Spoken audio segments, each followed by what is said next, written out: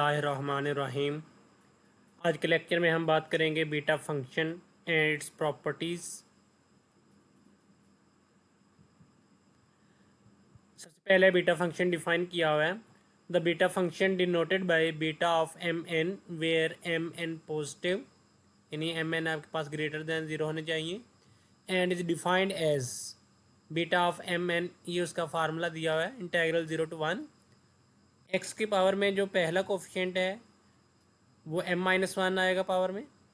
फिर आप upper limit में से वेरिएबल को माइनस करेंगे और जो सेकंड कोफिशिएंट है यहाँ पे n, उसमें से एक माइनस करके पावर में लिखेंगे dx। ये आपके पास फार्मूला लिखना है।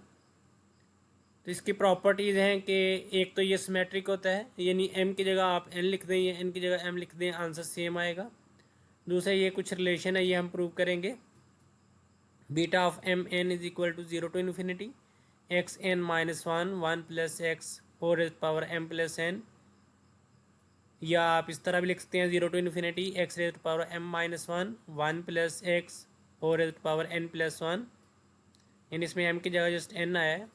और एक ये है कि आप इसको 2 time 0 to π/2 sine theta to m-1 cos theta to n-1 d theta, ये भी आप लिख सकते हैं। तो हम 1 by 1 इनका प्रूव करेंगे। फर्स्ट का है प्रूफ, लेफ्ट हैंड साइड ली मैंने।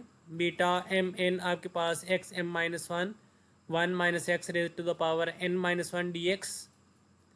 तो यहाँ पे कैलकुलस का एक इम्पोर्टेंट फार्मूला लगाया हुआ है कि अगर आपके पास लिमिट हो 0 to a F of x D x, तो आप अपर लिमिट माइनस वेरिएबल करके फंक्शन को लिखें तो उसके ऊपर कोई इफेक्ट नहीं होगा, यानी उसका इंटीग्रल आंसर सेम आएगा।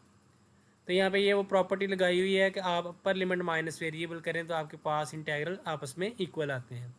तो यहाँ पे इसमें अपर लिमिट क्या है 1 और वेरिएबल क्या है x। तो यहाँ पे अपर लिमिट माइनस वेरिएबल लगाने लगा हूँ, इसमें x यानी upper limit 1 minus variable x, इसमें 1 as it is minus x की जगह अपर लिमिट 1 माइनस x लिखेंगे और raise to the power n। यहाँ से जब आप इसको सॉल्व करेंगे 1 - 1 + 1 प्लस x होगा, 1 - 1 कैंसिल हो जाएगा, आपके पास x बचेगा, x raise to the power n-1 उसको पहले लिख लिया और 1 minus X raise to the power m-1 उसको बाद में लिख दिया। तो यहाँ पे ये देखिए x वेरिएबल की पावर में n-1 हो रहा है और फिर 1 माइनस एक्स की पावर में m-1। तो ये यहाँ पे होता है वो पहले आएगा और जो यहाँ पे पावर होती है वो बाद में आएगी। तो यहाँ पे आप लिख सकते हैं beta of M N is equal to beta of N M. Second के प्रूफ में देखें, बीटा ऑफ एम एन का फार्मूला लिखा, एक्स की जगह 1/1 + y सब्स्टिट्यूशन की है, क्योंकि जो हमने प्रूव करना है उसमें कुछ इस तरह का स्ट्रक्चर था। डी एक्स बनाया, -1/1 + y² dy यानी डिफरेंशियल बना। यहाँ से 1 + y यानी y की वैल्यू निकालने लगे हैं, 1 + y इस तरफ जाएगा, x डिनोमिनेटर में आएगा, 1 + y is equal to 1/x। जब आपका y इन्फिनिट को अप्रोच करेगा, यहाँ से आप देख सकते हैं जब आपका y इन्फिनिट को अप्रोच करेगा आपका x 0 को अप्रोच करेगा, लेकिन यहाँ पे ये 0 की लिमिट्स हैं तो हम लिमिट 0 की x की लिमिट के हिसाब से देखेंगे। जब आपका x 0 को अप्रोच करेगा तो आपका y इन्फिनिट को अप्रोच करेगा, इस तरह जब आपका x 1 को अप्रोच करेगा आपका y 1 को अप्रोच करेगा, यानी लिमिट आपके पास इन्फिनिट टू 0 हो जाएंगी। अब आप ये वैल्यूज़ 1 में पुट करेंगे, लिमिट आपकी इन्फिनिट टू 0, 1/1 + y x की वैल्यू लिखी गई, ऊपर power m-1 as it is, 1 minus X की फिर से वैल्यू लिखी और ये डिफरेंशियल dx की वैल्यू आई थी -1/1 + y² dy। अब इसको हम सॉल्व करेंगे, इसका एलसीएम लेंगे 1 - 1/1 + y का, 1 + y - 1 ये बना, बाकी सारा एज इट इज़ लिखा और यहाँ से लिमिट भी चेंज कर दी 0 to इन्फिनिटी, वो नेगेटिव साइन आना था, वो यहाँ पे जो नेगेटिव था उसके साथ मिलकर प्लस हो गया। तो यहाँ से 1 से 1 कैंसिल भी हो जाएगा, आपके पास 0 to infinity 1/1 + y raise to the power m-1, y/1 + y raise to the power n-1 over 1/1 + y whole square. ये भी आपके पास 1 + y है, ये भी आपके पास 1 + y है और ये भी आपके पास 1 + y है। तो आप इन तीनों की पावर्स को इकट्ठा एक जगह पे कर देंगे। पहले तो यहाँ पे पावर्स अलग अलग की और इस स्टेप में आके यानी इन तीनों की पावर्स m-1, n-1 और 2 ये आपस में इकट्ठी कर दी। तो ऊपर आपके पास बचेगा y raise to the power n-1 और नीचे आपके पास 1 plus Y raise to the power m plus n dy बना।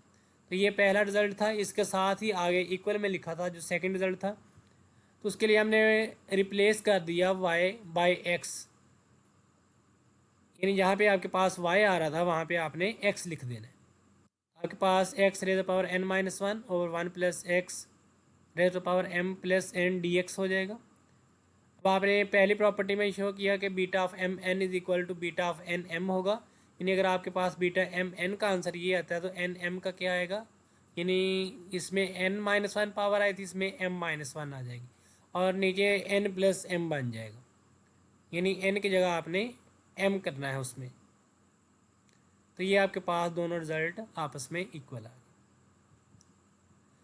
थर्ड के प्रूफ में देखें, फार्मूला फिर से यही, इसमें सब्स्टिट्यूशन की एक्स की जगह sine square theta, D x आपके पास बना 2 sine theta cos theta D theta. जब आपका एक्स जीरो को अप्रोच करेगा साइन थीटा भी आपका जीरो को अप्रोच करेगा, और जब एक्स 1 होगा तो साइन थीटा आपका π/2, यानी साइन इनवर्स 1 π/2। तो थीटा आपके पास π/2 होगा जब एक्स अप्रोच करेगा 1 को। लिमिट्स आपकी हो जाएंगी 0 टू π/2। एक्स की जगह आपने साइन स्क्वायर थीटा लिखा m-1 और 1 माइनस यहाँ पे x था, फिर x की जगह साइन स्क्वायर थीटा और raise to power n-1 2 sine theta cos theta D theta. ये 2 इस पावर से मल्टीप्लाई होगा 2m-2, 1 minus sign square theta आपके पास कॉस स्क्वायर थीटा के इक्वल होता है n-1 2 sine theta cos theta. अब साइन थीटा की पावर दे की जगह पे ऐड कर दें और कॉस थीटा की पावर दे की जगह पे ऐड कर दें। ये 2 शुरू में आ गया, साइन थीटा 2m-2 यानी ये पावर, और यहाँ से एक साइन थीटा की 1 पावर इसमें ऐड होगी, और यहाँ से ये 2n-2 पावर बनेगी और यहाँ से एक पावर ऐड होगी, तो यहाँ से 2m-1 बच गई और यहाँ से 2n-1 बच गई। तो यही आपने प्रूव करना था।